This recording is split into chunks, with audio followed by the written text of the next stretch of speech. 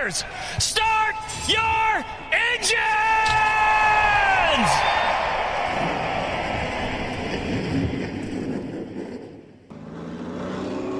Yellow's out. Managed just about outrigged him. Then she busted her. What is up, everybody? We are in the studio for episode number 46. It is currently Tuesday, August 1st. Yep. It's already August, man. Crazy. We're creeping up on Winchester very quickly, so excited, sad at the same time. Yeah. Mixed emotions. Yes. But we definitely should start planning for that. Yep. Yeah. We had an off weekend, so both of us, our families took some time to go out and enjoy some things. It was nice. I haven't actually done anything in a while. It was funny. We went to one of Shalina's friends Friday night, and they're like, "I'm surprised you guys showed up." I'm like, "I'm surprised I got out of the house too." Right. And then woke up Saturday morning and went golfing. Saturday night watched Modifieds at Anderson. Well, I watched the whole Anderson show. Mm-hmm. Because I was going to watch the truck race, and then they were under weather delay, so I just flipped back to Anderson. And then Sunday, Maya had cheer tryouts, so yeah. Exciting stuff. Yeah, I'll be out here Thursday probably doing some last-minute little prep things on the car, getting it ready to go for this weekend. And then Friday, going to take the girls to the Kids Bop concert. So they're lucky. This is their second concert in a month. Yeah. So, no, I think they're excited. It was funny. Just a little tidbit here, side info. So Maddie, the youngest, wanted a new bed. So we found one for her. Shalene and I got it home. We put it up for her. It's one of those. It's like a little bitty loft bed with a slide that comes down from it. Mm-hmm. But it's not very far up off the floor, enough to where we could kind of slide some of her toys underneath it. And I went and bought some of those string LED lights and ran it underneath it so that it could be lit up if she wants to be under there playing. You know, she was super excited. She walked in her room. She's like, "Whoa!" And she got up there and made her bed. And I couldn't put the slide on because we didn't have the right fasteners for it, so I got to get those. But we're laying in bed, and the girls are in bed, and Maddie's like, "Mommy, what? I want my old bed back." We're like, "It's gone." Yeah. We set it out by the road Sunday night, and when I woke up to go to work Monday morning, gone. So I was like, "Yeah, you ain't getting it back. It's gone." Well, hopefully I'm sure she'll grow into it.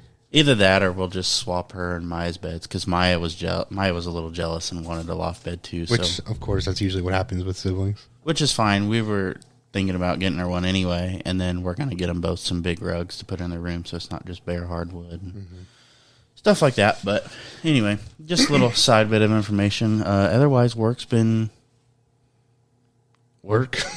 Yeah. Yeah, that's that. Anyway, how are you? Good. Same thing. Work is work. Been quite busy this last week due to unfortunate circumstances, but I think everybody's getting back into it. Personally, we went to Topgolf for the first time. That was fun. It was very sore the next day.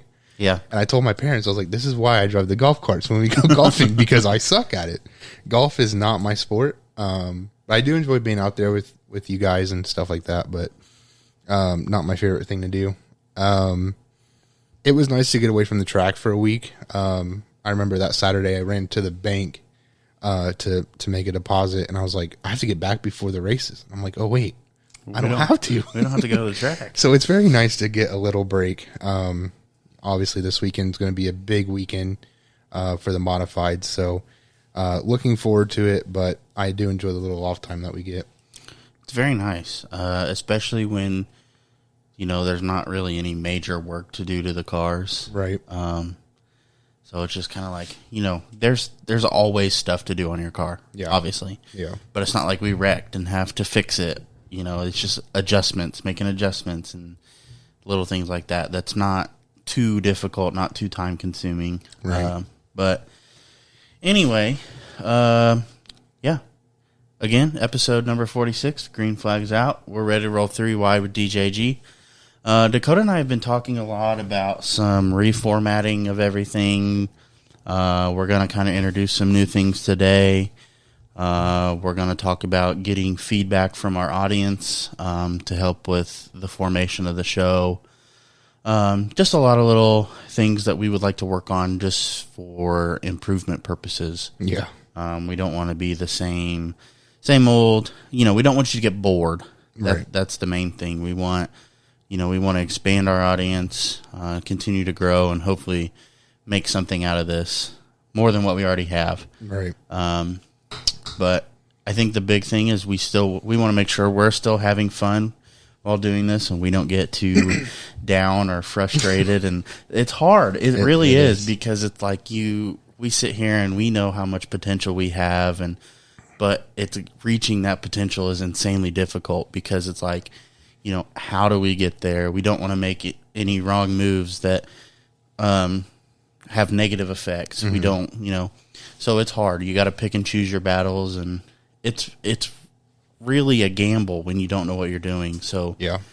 it's a lot of trying to watch other podcasts, what things are they doing to set themselves apart from everybody else, because it seems like everybody and their brother's doing a podcast now, which is cool. Yeah. I like it. There's a lot of varieties, but, we want to stand out in the racing world.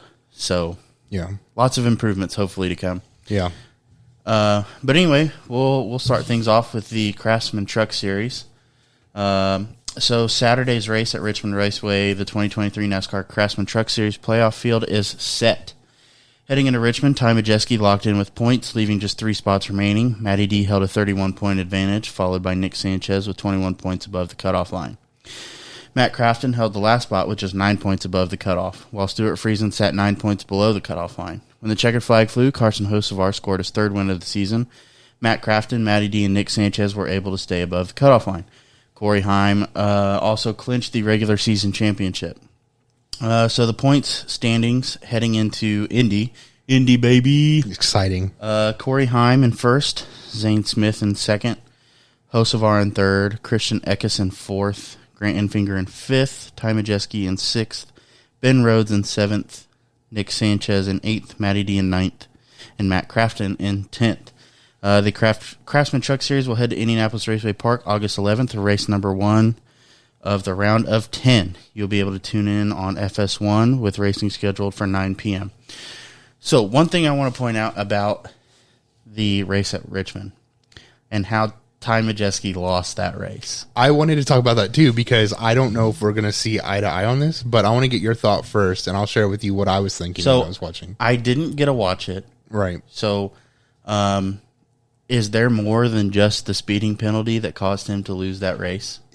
Here's what I understand, and I did watch this race through and through. Basically, this weekend, tire wear was the big topic at Richmond. Richmond's, like, the tire fall off is bad. Yeah. And Matt Crafton was a driver who was rooting for this, right? He said, I can make changes in the driver's seat that would help me have a better night, whatever. He loves tire wear. Pit strategy was a big play in this weekend, and Ty Majeski's crew chief made the decision not to pit when others were pitting. And so the speeding penalty definitely did not help, but I think that call from the pit box of not pitting for tires also did not help. And you could tell that Ty was very frustrated, but at the end of the day, his motto was, we win as a team, we lose as a team. But I was looking at Dad, I was like, I'd be so frustrated right now if I was Ty, because you're dominating this race. Your crew chief is basically telling you stay out regardless of how you're feeling. This is going to work. And it did come down to being very, very close.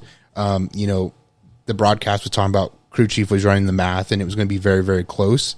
But at the end of the day, Carson was able to catch up on those fresher tires and took the lead. So, the speeding penalty. Did you see what speed he was clocked at? Okay.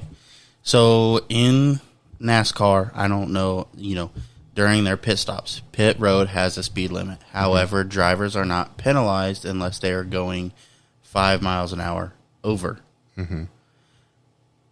So the speed limit was 40.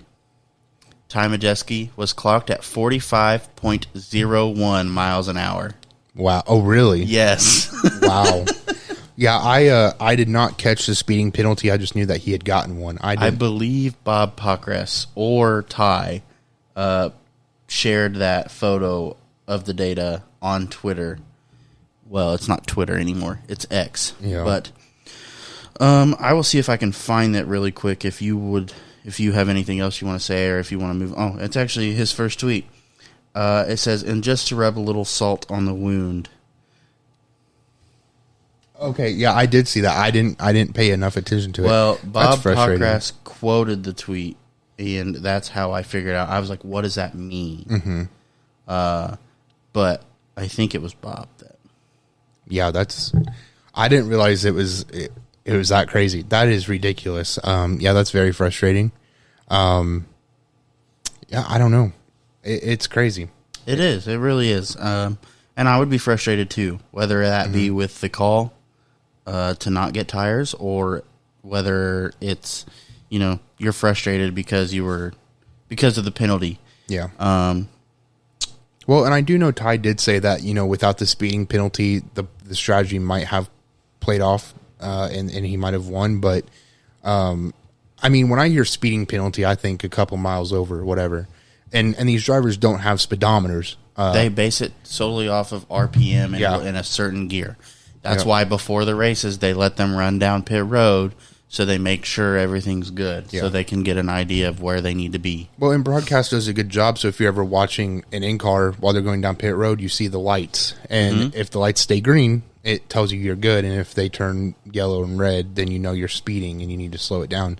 So I wonder, his lights must have been green.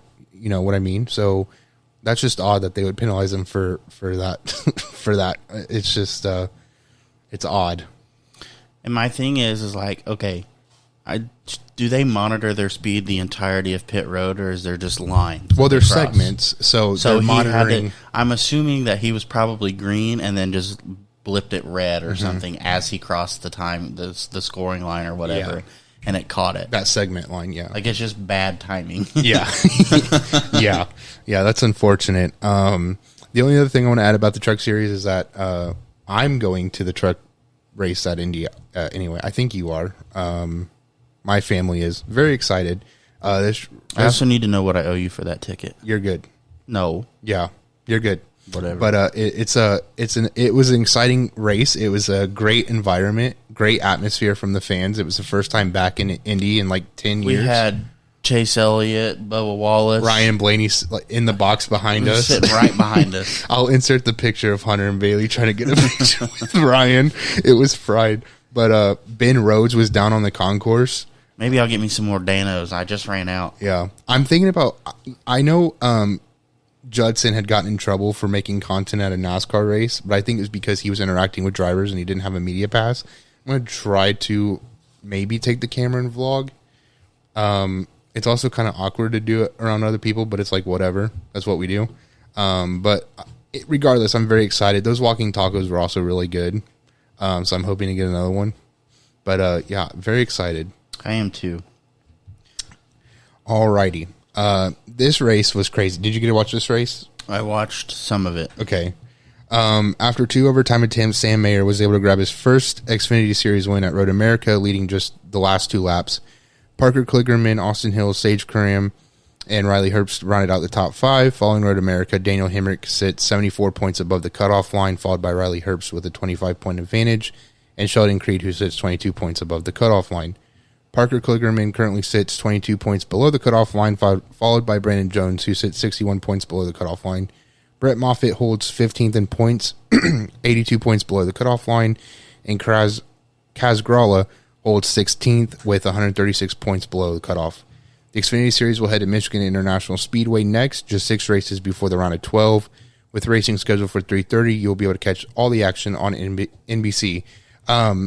Did you see the hit that Chandler Smith took? Yes, and Okay. I will say this is very heads-up driving on his part. Yeah. I saw it happen, and then I was like, what on earth? And then they watched it, and they explained why he did that, and I'm like, wow. I'm like, that's smart, because Yeah. I saw another video on Twitter of that exact same corner where 2 cars wrecked, and they went straight off. Yep. And it was brutal. I cannot remember for the life of me. Maybe we should do a segment. I was thinking about this, but I thought it might be offensive. But like hardest hits of the week, because this would definitely win. So Chandler Smith had a hard hit, but then there was another one, and I cannot remember. So, for those of you it that don't was. know what happened with Chandler, he was braking, to enter the corner, and his rotor exploded, which a lot of people have had problems with this, especially some of the younger, less experienced guys, because they're harder on the brakes. Then they get real hot, then they cool off, and then they repeat the process. And when that process happens, they become brittle, and once they get so hot, they just explode, right? Yep. So when it explodes, he had no brakes. So naturally, him being a smart driver, which I can't say I would have reacted this way. I would have been like, oh shit, what do I do? Right. He steers the car left off the track, bounces off the concrete barrier. I say bounce very lightly. He smacked the concrete barrier. Hard enough to push him out. And it peeled the whole door off. Yeah. But it allowed him to not hit the wall head on in front of him. So Yeah, because this is probably what would happen. I'll insert all the clips somewhere, but this is Alex Labbe. Just kills the tire barrier. Let's see if they pull out his car here. His car was destroyed. And I was worried because he fell to the ground getting out. I thought maybe is this the same corner? yeah. I think it is. Yeah.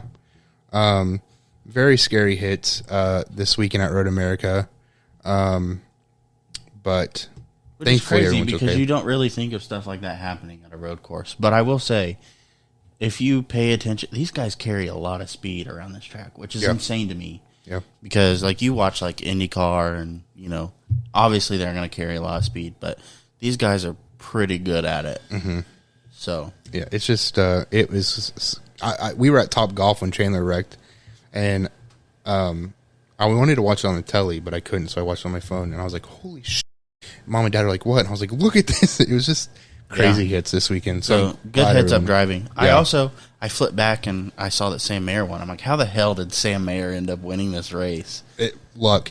Also, The ending was nuts. They were all over the place. did you see the wreck with Cole Custer? Yeah, that was at the end, wasn't it? Yeah, I don't remember who was involved, but straight up just got dumped. Not anybody's fault, really. It was everybody was racing hard for the win because I think Yeah. any of like the top 5 cars at that point had a solid chance of winning. Yeah, just a crazy weekend at Road America. Moving on to NASCAR. Cup Series. NASCAR. Chris Buescher was able to hold off the field for the last restart of Sunday's race, scoring his and his team's first win of the season. Denny Hamlin, Kyle Busch, Joey Logano, Ryan Preece, and Brad Keselowski closed out the top 5 in Richmond following Sunday's race. Buescher became the 12th driver to lock in this year's playoffs. Kevin Harvick currently sits 182 points above the cutoff line, while Brad Keselowski sits 151 points above the cutoff line. Bubba Wallace holds a 54-point advantage, while Michael McDowell sits just above the cutoff line with an 18-point margin. Rookie Ty Gibbs currently sits 18 points below the cutoff line, while Allmendinger finds himself 22 points below the cutoff line. Daniel Suarez sits 34 points below, while Chase Elliott, who was 56 points below heading into Richmond, finds himself just 40 points below the cutoff. The Cup Series heads to Michigan International Speedway Sunday, with racing scheduled for 2:30 p.m. on USA. Drivers will have just 4 races remaining before the round of 16. So, I want to point out here, I know we're going to talk about this later, but I'll wait till later to get into this. Okay. But no, the Cup race wasn't bad. Nothing crazy. I think, a lot of people, they were talking in the booth about how long green flag runs have become the thing at Richmond. How, not very many people are spinning or anything like that. Did have a couple people hit the wall during qualifying or practice or something. Not hard, just, bumping it coming out of the turn. But I was watching some of the in-car cams or, on car cameras, and comparing it to, how we race on iRacing. And I was like, man, it looks like they're creeping, but they're not. Yeah. But they're off the throttle so long in the turn, in the corners. And I'm like, man, I throttled up 30 yards ago. That's crazy, because I had that same exact thought where I was like, they look like they're going slower than we do on iRacing. But, I'm sure if we would have watched it early in the run, it would have been a little different. Yeah. But they're also better at saving tires than I am on iRacing. So, Yeah. But no, Chase Elliott qualified well. Seemed to run relatively solid all day. Had a couple of teams trying to do the one-stop strategy, and I thought for a minute it was going to work. It was good, but then Michael McDowell disappeared. He was up in the top. He was on the same strategy. He disappeared. Luckily, Martin Truex was able to kind of salvage it a little bit whenever they were attempting it. But there was one point where they were entering stage 3, the third stage. Truex had 5 sets of tires left for. I was like, God. I was like, he should win this race if his car comes in. Right. Want to talk about? Denny talked about this. Larson bumped him because Larson was on fresher tires, moved him out of his way. Do you think that's the this is the payback, or was that just solely hey, I'm faster than you, get out of my way? I think that was solely I'm just faster than you, get out of my way. But I was thinking last night, with us getting very close to playoffs, both of those drivers are going to make it in. If we see something like a Joey Logano, Matt Kenseth type of situation later on, where Kyle's just waiting for the time to retaliate, if he even does. I don't see Kyle really being that type of driver, but playoffs, things intensify. Kevin Harvick, Chase Elliott at the Roval. Exactly. Yeah. I mean, I could see it. Yeah. I really could. But I don't know. I think maybe Kyle Larson seems to me like he's the type of person to just brush it off, because he doesn't, he made the comment about how he's never had to apologize to Denny for something on track, which Denny came out and said was a lie. But that's neither here nor there. So I don't know. I think Kyle will not retaliate for the sole fact that he's like, hey, I don't want it to come down to be in a position, Right. And then the same thing happens to me. Yeah. I think he's just, hey, I spoke my piece, whatever. I definitely think that he's going to brush it off on the track, but I do believe, I don't think I'm wrong here, he told media that this one stuck with him a little bit longer than most. So it'll be interesting. I agree with you 100%. I don't think Kyle will retaliate because of being on the flip side of that, but I wonder if he's still thinking about it, or if he's finally been able to make peace with it and finally move on. I'm going to say I guarantee you he's still thinking about it because of the not bad, but not great performance he had at Richmond. There were several comments made about how he won the spring race at Richmond, and, I mean, he was running 20th most of the day. He just was not able to. I don't know what place he ended up finishing, but did not have a very good day. Right. So I guarantee you it's still sitting on his mind, just because he's like, that happened. I didn't have a good following week. But don't know. He'll be back up front where I think he belongs. Well, especially we got some road courses coming up. He's going to. For sure. I agree. This next topic is kind of interesting because NASCAR this past year really has been talking about moving away from TV and possibly looking at streaming platforms to broadcast their races. There was a major announcement this week where NASCAR announced that the CW network will become the exclusive network for the NASCAR Xfinity Series beginning in 2025. NASCAR announced that the network will air all 33 races as well as practice and qualifying sessions each weekend. This deal will be the first time in series history that races will be available on a free over-the-air network. In their announcement, NASCAR officials said that races will be produced by NASCAR Productions in collaboration with the CW Network. The deal between NASCAR and the CW Network will go through 2031 and is reportedly worth $115 million per year. I know the conversation around this has been that it will possibly be a great thing. It might bring teams more money through broadcasting rights. With this being a network that is free over the air, I think that it's a great opportunity to bring more people who might not have been watching it on Fox Sports or these other channels that you might have to pay extra for, right? Because I know FS1 anyway, you have to pay extra on your bill to have access to it. So I think it's a good thing. I hope it's a good thing, and I hope that it gets more people watching these races. I agree with every single word you just said. But it will be interesting to see where the trucks and the Cup Series go. Yeah, because having everything on all different networks, that's just a weird thing. That's a weird thought to me, right? Mm-hmm. It's like you're all sanctioned by NASCAR, but... It's like, why can't... I mean, I get the money involved, but if you have a NASCAR Productions company... Why can't you have a deal for all three series? Right. Or why can't you make your own channel? That's true. I think all NASCAR events should be broadcasted on Flow. I would agree with that. That'd be a spicy deal, huh? Yeah. I do think, though, going back to streaming platforms, I think I saw something that NASCAR maybe moved away from that idea for now. Which, I mean, sure. I'm definitely somebody that would pay money to watch a Cup race or Xfinity race, truck race without ads. I would pay whatever it costs to not have ads.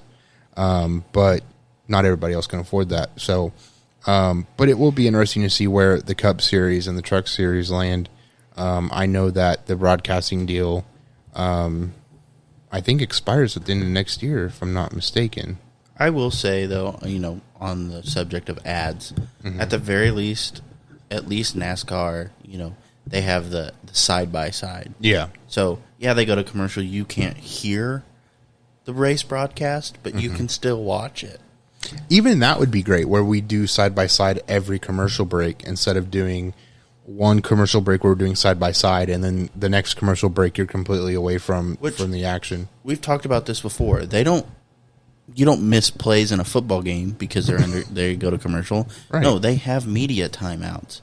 Right. Now, no, I don't think a media caution should be a thing. I think that's a terrible idea. Right. But if you could always do the side-by-side for commercials, perfect, because I feel like most of the time I missed why the caution came out because we were on a commercial. Right. I agree. It's like, I think the example we used was you're not going to watch the Super Bowl in the last seconds and there's a kick of a field goal kick for the winning game to win the game, and they say right when they hike the ball you hear whopper, whopper, exactly. Whopper, whopper. Exactly. And then you come back and the other team won. It's like, we don't do that. Could you imagine? This is dark, but Ryan Newman's wreck, as soon as he gets hit, whopper, whopper, whopper, whopper. I mean, come on now. I mean, I'm surprised that didn't happen, but I am too. But I don't know. It'll be interesting regardless. Like I said, I do think the broadcasting deal, it might not be next year, but I know it's coming up where they're going to have to negotiate. I think they've already started this process, so it'll be interesting. We lost the camera again. That's interesting. It'll be interesting to see where the other series fall in broadcasting. I agree. I have something else I want to add. Well, it's not directly related to this. We can add it for other discussion. I'll wait till the end. Okay. Just don't let me forget. Okay. Okay, so I watched the first SRX race for me for the season. It was really good. Mm-hmm. Kyle Busch ended up winning. No big deal. Clint Bowyer was driving the wheels off of his car. Him and Tony Stewart were battling it out. But anyway, Paul Tracy. I think a lot of people have issues with him. I think a lot of people are done with him. I agree. I know him and Hailie Deegan got into it last year. Mm-hmm. And it seems that he just tears up a lot of stuff. Yeah. Speaking of tearing stuff up, that brings me to another thought that something I saw on social media today. But I'll get to that in a second. Okay. So during race number 3 of the 2023 season, Paul Tracy turned Joseph Newgarden with 10 laps remaining, resulting in a multi-car incident. Ken Schrader, whose night was ended in the wreck, spoke with reporters and said, "Green had black shoved into the outside wall. I'm not running another race with him. I'm done." Which was hilarious because Ken Schrader's old. Yeah. And he was pissed. Yeah. When asked, series owner and driver Tony Stewart said, "Quit having the guys who are tearing up cars come back. I haven't seen any of the stuff. Luckily, it was all behind me, but it sounds like it was the same cast of characters." Series Chief Executive Officer Don Hawk took to Instagram informing fans that Paul Tracy had been suspended, saying, "We take issues regarding driver safety extremely seriously at SRX. This is not a decision we take lightly. It is our responsibility to ensure that we foster a competitive and, most importantly, a safe racing environment. I have been in contact with Paul directly, and we appreciate his cooperation on this matter. The series has since announced that Johnny Benson Jr. will replace Tracy at Berlin." I feel bad, I don't. but I don't at the same time. I will say, when I was reading articles on this, they didn't specify when the suspension will end. I also think it was before this race, if I'm not mistaken, that Tony Stewart said, "Stop tearing stuff up." And then Paul Tracy goes out and tears stuff up. Yes, it was because they hadn't gone through a heat race yet without tearing up a car. So they were like, "Hey, stop tearing stuff up." I can't say I feel bad because watching Haley's, and this is very biased, I'm sure, with it being Haley's perspective on it, but Paul Tracy was just like a straight up douche to her after the incident. Yes, that I agree with. And hell, I read an article. I didn't read it. I moved past it, but it basically said Paul Tracy's time's up. Well, Long overdue. it's funny because before the race even started, they interviewed with him, and he looks a lot different than last year. He's lost like 50 pounds or something. He's like, "I'm in the best shape of my life. I wanted to get in good shape for this." So he had me fooled for a second. I'm like, okay, maybe he's got it figured out. Yeah. Nope. Psych, I lied. Yeah. Yeah. Yeah, I don't know. I'm glad that he got suspended because it's just uncalled for. I don't remember. Was it Dale Jr. made a comment about if you've pissed Ken Schrader off, you messed up or something like that? Somebody, I'll try to find it and insert it, but somebody said if you piss Ken Schrader off, you messed up. I thought that was funny. Ken Schrader's not to be messed with. No. He will tell you how he feels. Just some other takeaways from the SRX race. I like having Connor Daly in the booth. Mm-hmm. At one point, he was literally spotting for Clint Boyer on the live broadcast. He's like, "Did I just spot for Clint Boyer from the booth? Is that illegal?" Connor Daly is just a cool guy. I love Connor. He's going to be racing at IMS the weekend of the truck race, and I want to go just to say I've been to a NASCAR Cup race and all that, but regardless, he's a driver that will be racing with Alpha Prime, actually. So, huge congrats to him. I hope he does well. But yeah, I love Connor. He's such a fun dude. He is. He's just got like this person. His personality is just, it's different, but it's not insanely different, right? He's just this upbeat, cheerful. I don't know. Yeah. He's just got. I don't know. He's just very positive. Just got it. Yeah. Yeah. So going to the second thing that I said, the not tearing stuff up reminded me of. It was a podcast that Carson Hocevar was on, and he talked about having a talk with Dale Jr. Yes. Thank you for bringing that up because I'll let you talk about it, but I want to pull up the clip because I have a suspicion that we've talked about before, and I think this all but confirmed it. Got sat down, had more conversations, had the big piece of humble pie with Dale Jr., and then I'm like, whenever it clicked, and I'm like, man, I just showed up in this guy's shop, idol of mine, childhood dream, and that's the first thing out of his mouth. What'd he say? He said, "Hey man, like, when you gonna stop tearing up? Like, That was his conversation. Owners don't like to spend money on He's like, fixing stuff. he's like, you ain't gonna do that in one of these cars, are you? Like, he's like, man, you're better than that. I'm like, like 6-year-old me's like, all I see is 6-year-old me just sitting there. Like it like I was envisioning like he was talking to 6-year-old me. I'm like, man, I gotta fix this like really fast. Like, right. Yes, I was thinking the same thing. I think I know where you're going with this. Yeah.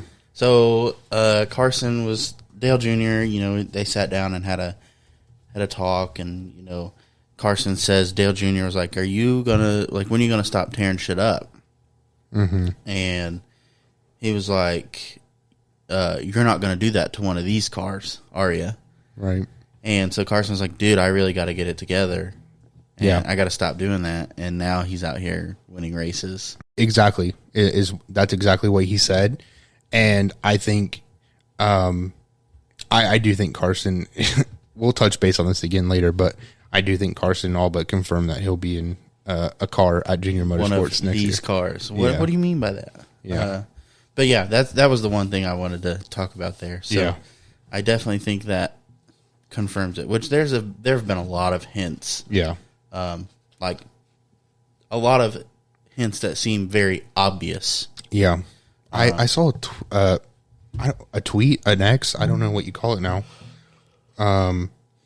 But let me see here. I hope I can find it. I saw a tweet that said something about door bumper clear. Literally, like, was hinting at something and then made it very clear that what they were talking about. I don't know if it was about Carson or another driver, but it was about somebody moving teams or something like that. I also saw a tweet today. I think it was like a rumor, but somebody said something about Brandon Jones might be going back to Gibbs. Yes, and I was going to bring that up right after that, right after you were done talking. But so yes, you and I kind of talked about that, and we were like, so what happens with the open charter, the open ride from Junior Motorsports? So we have two conspiracies. Yeah. I guess we have no like reason as to like no backup to this. This is just purely what popped in our heads whenever we saw that tweet. So Brandon Jones goes back to Gibbs. That leaves Josh Berry's car open. That leaves now Brandon Jones' car open. So we think Carson Hocevar takes one of those. Yeah. Per what we just talked about. Yeah. We've also been talking about it for a while now. So that leaves the second car. So I said he sells that to someone, uses that money to buy into a cup team. Or Dakota said, I have reason for this. okay, Okay. So I said maybe Haley Deegan gets a chance in the Xfinity Series. We've talked about this before where maybe the trucks don't fit her driving style. And when Haley's not getting caught up in messes in the truck series, she runs pretty decently. Maybe not consistently as much as a Xfinity team would require or like. But I could see Junior Motorsports taking a chance on Haley. One, they did it with Danica Patrick when she first came into the stock car racing. They gave Danica a chance. I watched an interview with Kelly, and she said, I wish Danica would have stayed with us a little bit longer so that we could have continued developing her craft. Kelly seems like she's on the side that Danica ruined her Cup career because she rushed into it and didn't stay long enough in the Xfinity Series. So I could definitely see them taking a chance on another female. I think Kelly would love to have a female driver under her wing. So I do see that with them taking a chance on Danica, they might take a chance on Haley. Haley also has a huge sponsorship backing. She's marketable, which is something else that Kelly talked about with Danica. So it would be interesting to see if that's something that they would even consider. but would she leave Ford? Do you think she would leave Ford? That I couldn't tell you because I was thinking about that too. You know, she would have to leave Ford because Junior Motorsports would not leave Chevy. I don't know if it gave her a chance. I could definitely see it, especially with Ford not giving. Maybe they give her more than others, but with Ford not really doing all that great in the supportive side of things that I've heard compared to Toyota and Chevy, I could definitely see it being a possibility. This brings up another thought. Now, I'm sure that this isn't the case, but do you think that ThorSport potentially switch back to Ford for Haley so she could be a driver for ThorSport? Oh, I think they absolutely did that. Really? I do. Yeah. I really do think that was a huge part in them switching manufacturers again. Because they were Ford at one point. They did really well with Ford. But with Haley being an available free agent at that point, yeah, I think that was a huge part in them switching back to Ford.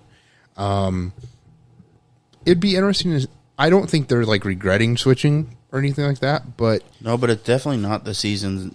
This isn't a season like they've had in the past. right. They're not dominating per se. Right. So I would like to know what their thought is on, if I'm correct, what this gamble means for them and how they're feeling. I want to hear Matt Crafton's side of it because he's been racing trucks for 47 years. Yeah. Literally. Yeah.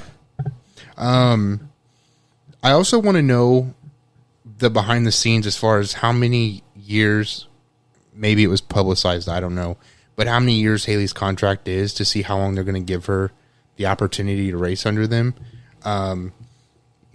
She did okay in David Gillen racing equipment, but if you're not winning at ThorSport, who is one of the top teams in the truck series, I don't know where you go. But I still hold that thought. Okay, this is her first year with ThorSport, right? Yeah. Okay, so I feel like a lot of people are holding her to a higher standard than they did with Bubba Wallace, per se. Because Bubba Wallace joined 2311. Granted, brand new team. ThorSport's not a brand new team. Right. But it's new to her. I will go a step further because I agree with you. I think a lot of people hold Haley to a higher standard. I think they've done it her entire racing career. Oh, absolutely. I think it's because I don't want to play the woman card, but I think it's because she's a woman, and I'll play it. I know absolutely Because I think that's exactly why it is. It's I don't know what race it was. It was a very recent race. It might have even been this last race. I think it was somebody had said something about her making contact with Ryan Vargas. It was this last race. And I think somebody had said something about her driving, and it made me mad because, yes, I think Haley has caused some of her own issues, but she gets caught in a lot of other people's issues. But you don't see those mistakes on track, and you don't go on Twitter or social media in general and see people really dogging on these drivers. Well, even Ryan Vargas was like, hey, we talked about it after the race. All is cool. Don't be going and bashing her. Right. Because I maybe I'm wrong. Maybe I'm naive, but like, I don't see the same bashing that Haley gets to other drivers. I really don't see it often. Also, really quick, shout out to Ryan Vargas for saving that truck. I don't know how he didn't spin, but It was amazing. He's a great driver. But I definitely, to keep the rant short, I do think it's because she is a woman in NASCAR, and she is held to a higher standard, and she gets criticized more than her fellow drivers. And that's the thing. She's not Kyle Busch. She can't just go wherever she wants and be in any equipment and win. She's just not. I'm sorry. There's a select few that can do that. She's not one of them. Right. So this is her first year on a new team. Let them figure out some of the bumps in the road. Exactly. I mean, it is, but it isn't any different than Bubba Wallace going to 2311, brand new team. There's going to be bumps in the road. Or anytime someone switches crew chiefs or something, there's always kinks to work out. You know, it's not just bread and butter the whole time. Yeah.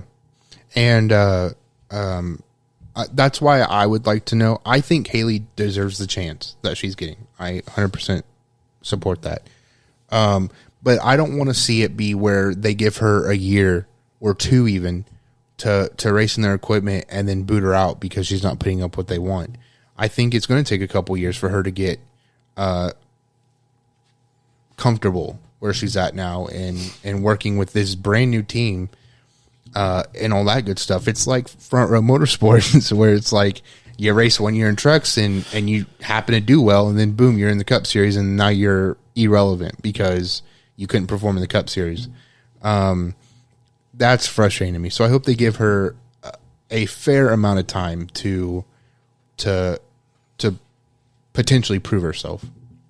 I mean, it's hard to rush something like that. Like I said, you may have had one person that gave you the good results when you rush something like that. You can't expect that of everybody else. Yeah. I mean, I love Todd, but look at Todd. He did really well in the Truck Series for Front Row.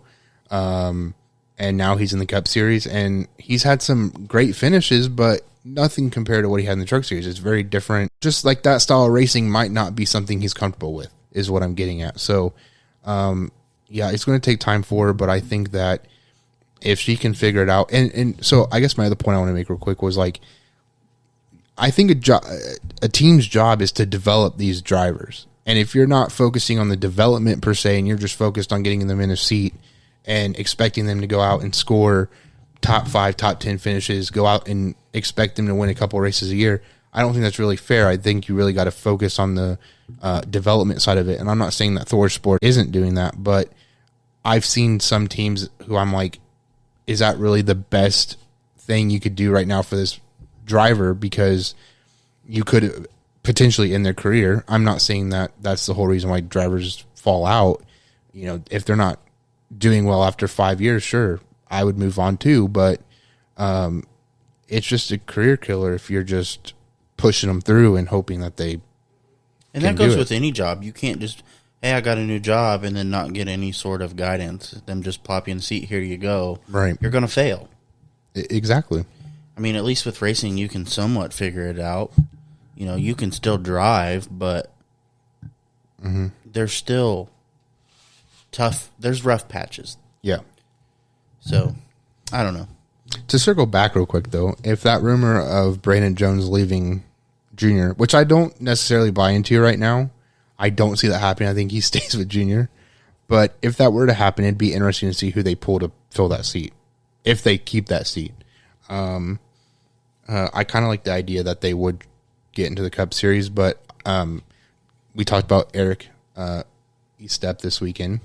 I watched a recent podcast episode of his with Brandon Poole, and they were talking about the cost of charters, and Eric suggested that charters were $30 million, and Brennan goes, no, they're much more than that.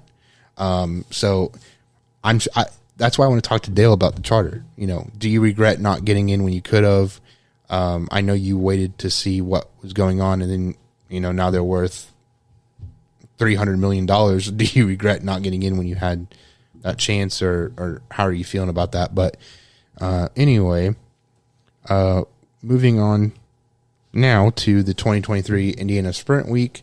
The USAC AMSOIL Sprint Car National Championship Series closed out this year's Indiana Sprint Week, where Brady Bacon was crowned this year's champion. The series had raced at Terre Haute, where Justin Grant scored his 40th career win, followed by Kevin Thomas Jr., CJ Leary, Brady Bacon, and Emerson Axum. The series then traveled to Lincoln Park, where Jake Swanson, Robert Ballou, Brady Bacon, Justin Grant, and Chase Stockton scored top 5 finishes. Side note, I tend to add letters in the names, like Verstappen. Well, I add an for R. For starters, everybody does it to Chase. If you look at his nameplate on his sprint car, it says Stockton, but the T has a line through it. Yeah, so I apologize. The series raced at Bloomington on the 28th, where Emerson Axum, Briggs Danners, Chase Stockton, Brady Bacon, and Kyle Cummins closed out the top 5. The series was set to close out this year's Sprint Week at Tri-State. However, weather brought an early end to the week. Congrats to Brady Bacon. I believe this is his second Indiana Sprint Week victory, champion victory. I think it was USAC posted a picture.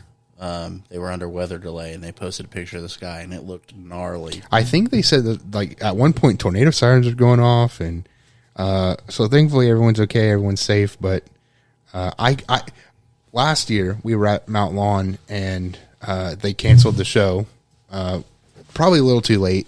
but there was a tornado warning just north of us, and it was coming our way. When was this? You weren't. When was that? It was the night of the fireworks, whenever that was. I don't think you were there, though. I think you were out of town. But so we were trying to frantically pack up all of our stuff in downpour, and they started lighting off the fireworks. And Oh, no, I was there. I remember that. You were? I was. Okay. So they were lighting off the fireworks, and then like firework debris falling all over us because the winds are really high, and it was just crazy. But I couldn't imagine being in like what was that race that we were talking about earlier this year where like haulers had left the track and they got flipped on the interstate. I mean, that's just scary. I could not imagine being in that situation, but Moving on, we have upcoming this weekend the biggest race at Mount Lawn. The race that Mount Lawn is known for, yeah. the Raintree 100. This Saturday, Mount Lawn Speedway will host the 50th annual Raintree 100, the biggest race of the year for the track, as well as for the modifieds. Crown Vics, stock and pro compacts, and legends will also be on tap. Want to give a quick shout out to a couple of drivers. Brent Butler, who has been working hard to get his car where he wants it for the Raintree. So good luck to him. Let's see. I don't know if this is a secret or not. I don't know, but I'm going to say it anyway. Friend of ours, Travis Lee, will be running a modified, apparently, for the Raintree. I don't know whose car he will be running, but... So apparently... But good luck to those drivers as well as everybody else. Yeah. It should be a very good race. The modifieds always show up. There's always a good class of modifieds at Mount Lawn Speedway. So I'm really thankful for that. And, hopefully all the other races go as smooth as they did our last go about. It would be nice. But yeah, so we have Raintree 100 the following week, or the next race weekend. We have the Crown Vic 75, and then we have two more races after that, with the last race of the year being the Crown Vic 100 lapper. Yeah. So, Daddy's gonna need some tires. Best of luck. I can barely run 50 laps, let alone 100. But you guys have ran a 100 lap race earlier this year, right? My first race I ever ran was 50. Yeah. My second race I ever ran was 100. Yeah. So I've done it, but How exhausting is it? I'm gonna say more so for me. I get tired on 20 laps. Granted, I didn't feel bad last year, but that was because I was slow. Right. Now I'm a lot faster. I'm actually racing people. So I think the biggest part is, one, I need a smaller seat. We've discussed this. I need to go an inch smaller because I feel myself. I'm like trying to hold myself with my right leg when I'm cornering, and so my right leg gets tired. I also, once I get my quick release wheel with the coupler attachment, I'll have the steering wheel closer to me. So I drive mainly with one hand, and then I have my right hand up on the roll cage holding myself. Mainly just because I feel more comfortable driving the car with one hand. Although last race I was driving more with two, and it didn't feel too bad. So, but after the 100 lapper, I didn't feel bad. The only part that sucked was it was hot. We stopped for a red flag, so all the heat was just floating into the cab of the car. I lost brakes. But I mean, it wasn't too bad. So although like I said, I was just kind of out there cruising. Whereas this time, I'm obviously going to go laps down. There's really nothing I can do about that. Just the fast guys are so fast. I'm not anywhere near them. But no, I can tell you right now, I'm going to be wore out. Yeah, I bet. Yeah, I definitely don't think I could do it. 20 laps isn't ever too bad. 50 laps, I get a little frustrated when we're not moving things along quick enough, in my opinion. It's just like, let's go, like keep it clean the first 20 laps, and we can go after that. But exciting nonetheless. Very close to ending our season. We got August and September, which I know we've kind of talked about trying to find a race to go attend in between our last two. Maybe try some dirt. Dad is very adamant that we go to Circle City. Which is funny because at first he didn't want anything to do Oh yeah, with it. which I don't know what I need to ask him that. What made you change your mind? Because at first we had tried talking him into it, and he was like, "Absolutely not." I don't want to deal with it. I don't want to have to clean the car. Yeah. And now But he's now, like, if it's funny because if you say anything to him, he's like, well, I might as well go try it out. I got the sliding down on asphalt. I don't see why I couldn't do it on dirt. right, very adamant about trying out Circle City. So that's, I would say, it's quite a possibility for at least one of us to go out there and try it. So it'll be interesting to see how that goes if we do go. He doesn't seem to be slowing down on that idea. So, like I said, quite possible that he goes through with that. But yeah, very excited about this weekend, big race weekend. Hope all goes well, and I would like to wish the best of luck to all the drivers that will be competing this weekend at Mount Lawn. All right. Coming up next is, so Dakota and I are wanting to introduce segments. Now, as we kind of figure things out, we'll have them scattered more about through the show, so it's not just all at the end. But this is where you guys are going to come in. We want to be able to either you guys propose possible segments or, ask us questions in our comments on social media. That way we can come on our podcast and answer them during the show. We just want to add some variety here where it's not just, here's this, yada, yada, yada. We want to actually have some more discussion per se, and focus on maybe the not so technical aspects of racing, like this first segment that we have called Gloves Off. So Gloves Off, it's more referred to as a hockey thing. I'm not a hockey guy, but if you ever seen hockey players fight, gloves come off. They go duke it out. Yep. Well, race car drivers also wear gloves. You see where I'm coming from. Yeah. But yeah, so during our Gloves Off segment, we're just going to kind of highlight some fights. Yeah. In racing, it's bound to happen. It happens at Mount Lawn. It happens at the highest levels. Literally, Ryan Preece was beating the shit out of someone a couple weeks ago, calling him a piece of shit. Yeah. It was Corey LaJoie, I think. Yeah.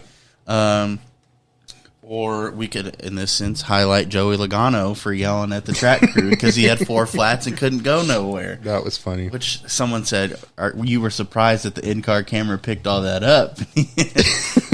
But anyway, first off, we have a Twitter or X. No, that sounds wrong. A Twitter video. A Twitter video from Doug Barnes. Yeah, so this one's not really a fight, but I thought it was funny. They're racing. He said on Twitter that they've been kind of going back and forth. He did a bump and run. This driver that he's racing against came back, tried to retaliate. He comes back and tries to retaliate again and wrecks himself. This is after the checkered flag. This is the cool down lap. Yes, this is cool down lap. So Doug Barnes did a bump and run. Then the driver ran him up the track, and then Doug Barnes ended up passing him again before the checkered flag, and then that driver tried to wreck him, and then ends up driving it into the outside wall. It's pretty funny. And just tearing it up. Yeah. This next video is Jarrett. His submission for this week. I'll let you talk about it some more. So I'm assuming a street stock, what I would consider a street stock race, which depending on where you go, they call it different things. It's in Mobile, Alabama, and the 2 leaders are racing really hard, and they drive each other off the track into the woods. I mean, there's no backstretch wall. It just goes straight into the woods. One of the cars hits an embankment and almost rolls over. Yeah. But there's another video out there somewhere. I mean, they're out of the cars, and there's they're getting into there's 30 people over there, and they are pulling each other apart. And I mean, it's a brawl almost. Yeah, I'll include that one. I do know the sheriffs were not playing around, and I believe one person has been suspended, and surprisingly went on social media. So suspension. Meaning he cannot come back to the track for any reason, no matter what, until next year. This guy went on social media, I read, and was in support of the track's decision to suspend him. Usually, when we see these things happen, people are going to social media to bash the tracks and their decisions. But I thought it was interesting, and I would like to, I guess, applaud him for his understanding. I know racing brings out the worst emotions, Yeah. and also the best, depending. Yeah. But I mean, it really gets to you, especially when you're in the lead and now you're in the woods. You Yeah. know, and whether it was his fault or someone else's fault, you're still pretty angry. Yeah. So no, I applaud the guy for, you know, he's like, hey, I agree with you. I acted out in such a way that deserves a suspension. I think it takes a lot for somebody to admit that in that situation. Yeah. But no, so kudos to him. Yeah. So our next segment that we're going with this week, it's not really original. I've seen other people do something like this. Yeah, and we've tried it once before on one episode, but this is probably going to be my favorite one because again, it'll allow us to discuss further what we're thinking, and I think this would be a great opportunity for you guys to add in your questions or your thoughts and see what we think about them. But NASCAR hot takes. yeah, So it's red flag, green flag, where we have questions. This week it's just questions that kind of Dakota and I have come up with. But in the future, like Dakota said, we would like to add questions from you guys. And we will go through and we'll read them and we'll say, you know, green flag, we agree. Yellow flag, and red flag, hell no. yeah, So first off, for red flag, green flag. Also, now I'm just saying this. I haven't said this to you yet, but we might come up with some intros for each segment. You Yeah. know, just put it on the board. Hey, we're doing this segment. Boom, hit a button. yep, Bam. But anyway, first question, or first statement, I should say. Chase Elliott makes the 2023 playoffs. green flag. Okay. And I was gonna, so I was thinking about this today. I was like, maybe it's a yellow flag for me. I know going back last episode, we've talked about it, and I said that he's essentially in a must-win situation. It did seem like it. He's been able to narrow that gap down to being 40 points below the cutoff line. He's done really well. I know mathematically, reporters have been on Twitter saying that, you know, he needs this many points to lock in, and he's been averaging this many points. We also have road courses coming up. Chase has been very well on road courses, has won several races on road courses. So I think he will make his way into the playoffs this year. I know Denny Hamlin also has said that he will lock in on points. Now, that was where I was going to go Yeah. with this. However, I think I want to say green flag, but I'm going to go yellow flag, and I'll explain why. To your point, Chase Elliott, good at road courses. Yeah. We have Michigan, 2 road courses, and a super speedway. Yeah. Okay. Who's he battling right now? If he doesn't get a win, Michael McDowell, Bubba Wallace. Okay, Bubba's not good at road courses, and he'll be the first person to admit that. Yeah. However, Bubba is good at super speedways. Yeah. Michael McDowell, solid road course racer, phenomenal super speedway racer. Yeah. Chase Elliott, good road course racer, doesn't have the greatest luck at super speedways. Yeah. So I can't say a firm green light here. I gotta go yellow. And I Or think green that- light, green flag, yellow flag. I do think that is fair because you make great points there. But I'm looking at it, I guess, on the flip side where it's like all it takes is one bad day for these other 2 drivers for Chase to close that gap even further, if not surpass him. But on the flip side, if Chase has one bad day, He's done. He's done. He will be in a must-win situation. I agree. I guess I'm cautiously optimistic. I'm really rooting for Chase here to get into the playoffs this year. So I'm hoping that he does get in somehow. But I agree. I think you also have to be cautious about it. You know, it's quite possible that he doesn't. okay. I have a question for you, not on the subject of Yeah. green flag, red flag. Okay, I'm going to put a hypothetical situation here. Kyle Larson, Chase Elliott, first, second, coming to on the last lap. If Chase Elliott's in a must win per se. If you're Kyle Larson do you accidentally overdrive a corner so Chase Elliott takes the lead and wins the race and gets into the playoffs? Or do you say, F him, I'm winning this race because the playoff points for me too? Yeah, I think that'd be a very tough situation. I don't see Rick Hendrick telling Kyle to lay over and let Chase have it. I think Kyle would put up a tough fight. But if I was Kyle, I think out of the kindness of my little heart, I would probably let off the gas pedal a little bit and let Chase by. Well, you got to think. You can't just let people pass because there have been That's issues right. with that before. That's why I said accidentally I would overdrive a corner. I would accidentally wall myself. Miss an apex or two, and Yeah. Chase gets underneath him. Yeah. Okay. Back to green flag, red flag. Martin Truex Jr. retires at the end of this season. Green flag. Green flag? Yeah. Here's why. I watched an interview with him at Richmond. I believe it was Richmond. It was one of the most recent races.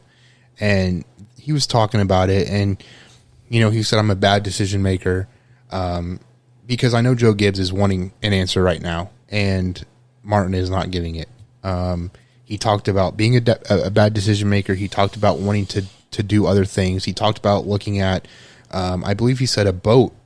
And he also addressed the fact that racing takes a lot of time away from your family and doing other things. And he thinks maybe Joe Gibbs, he doesn't think, he said, I think maybe it's time to call it quits. Essentially, he said that Joe Gibbs Racing deserves a driver who wants to give it their all. And he just doesn't know if he's that type of driver anymore, if he's that person for him. Joe Gibbs, I think, really wants to keep him. He said that Martin is having one of his best seasons ever. This might be the best season he's ever had.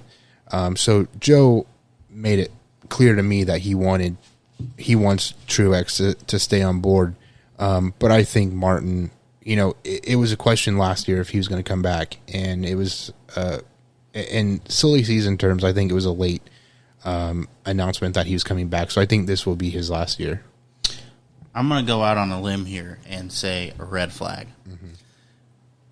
Now, I agree with everything you just said, which makes this hard for me to say this. And I guarantee you I'm going to end up being wrong. But I don't think he'll retire at the end of the season solely because this was Kevin Harvick's farewell tour. Mm-hmm. So he'll kind of wait until, there's not a spotlight on one person. Right. Now, that may be an awful take on this. But, it's just like, okay, they had the Jimmy Johnson farewell tour or whatever. Yeah.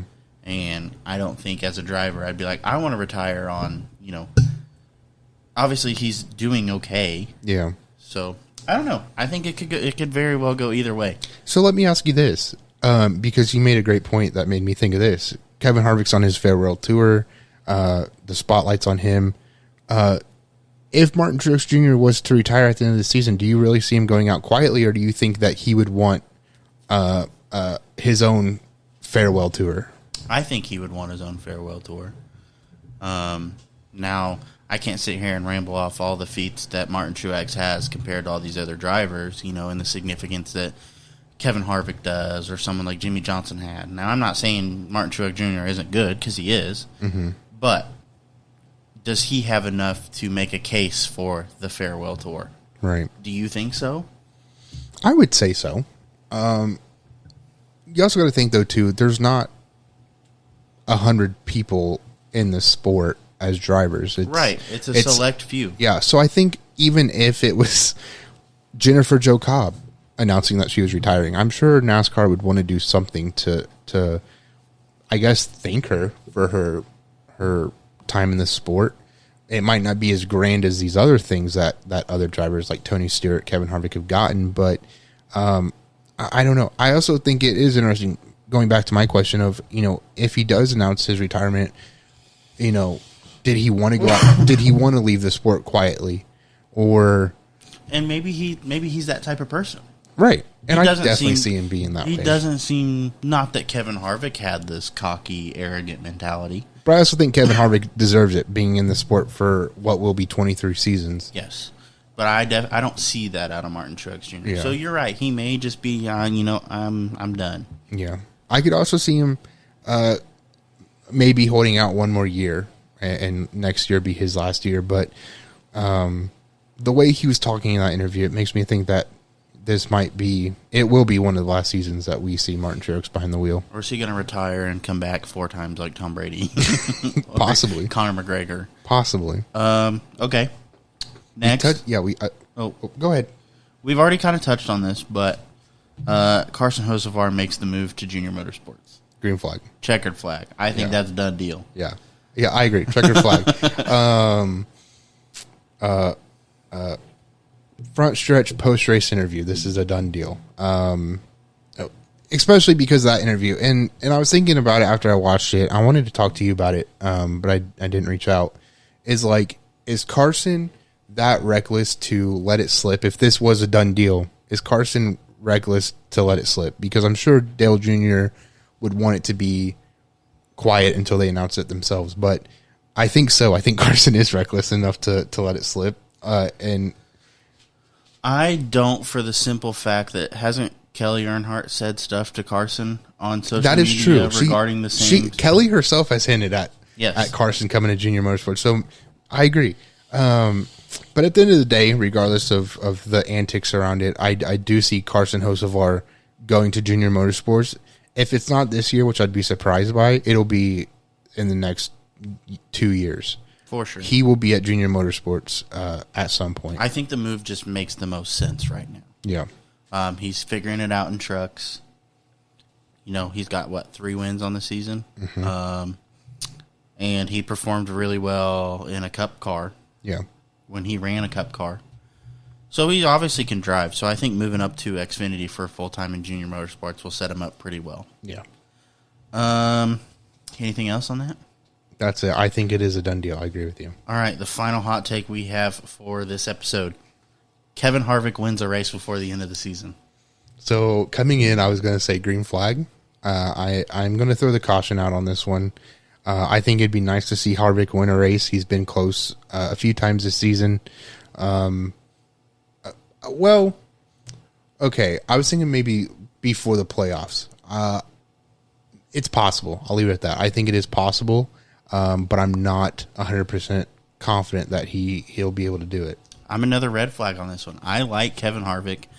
I hate to see that he's retiring, but I just don't think he quite has it left in the tank. Mm-hmm. Like you said, he's been very close, but he hasn't been able to close it out.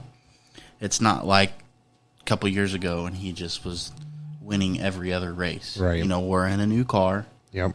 And it's a lot more evenly, the playing field's a lot more even now. Mm-hmm. Not to take away from his skill. Obviously, he knows what he's doing, but I just don't think he's got it in the tank. He'll be close. Yeah. I think he'll have several top 5 finishes between now and the end of the season. Yeah. But I don't think he wins one. Yeah. I would agree with that. Are there any other hot takes that you would want to throw on this list before we close out this segment? Man, I don't. Not off the top of my head. But there's one other thing I want to talk about before we end the show. Yeah. So the Vors Compact Touring Series raced at, Flat Rock? Mm-hmm. The Level Pebble, as their social media is. Kyle Frame qualified P1, finished P2. So huge shout out to him. Mm-hmm.